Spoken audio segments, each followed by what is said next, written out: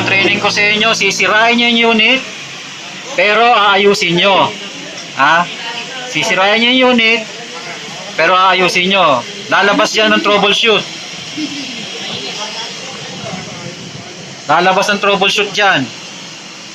Ngayon, tetisin nyo yung compressor, saka yung fan.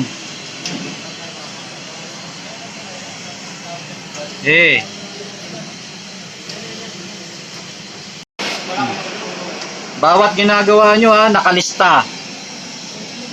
Nakalista yan. Ililista nyo yan, bawat ginagawa nyo. Para hindi kayo magkakamali. Ililista nyo yan. Kasi maintenance report yan. Kung ano yung ginagawa nyo. Para alam nyo kung paano nyo siya ibabalik.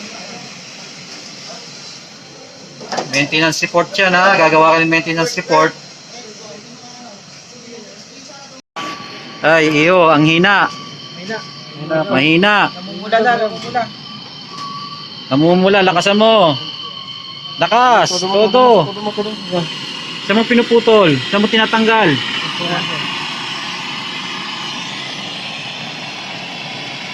Alam mo ba may styro to? Maluluto yan. Saan mo dapat patamain? Dapat meron yung ginagawa nyo, reprocess na yan Yan yung totoong reprocess baklas.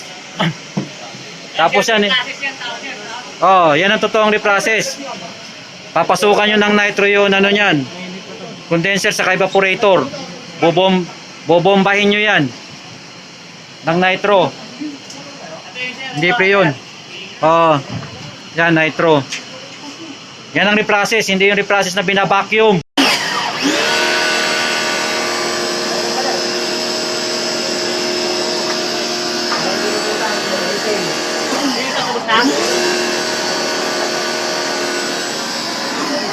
Bilangin pa ito isa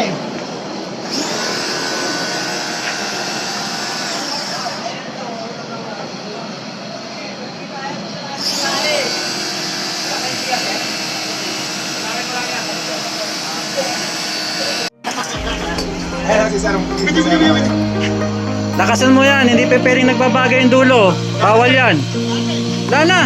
Lala ba? Kasi pagka nagbagay yung dulo niyan, yung bakal niyan sumasama dyan. Kaya doon nagkukuroon ng leak yan. Hoy, hindi ganyan. Yung dulo. Wala yata sa kahapon no?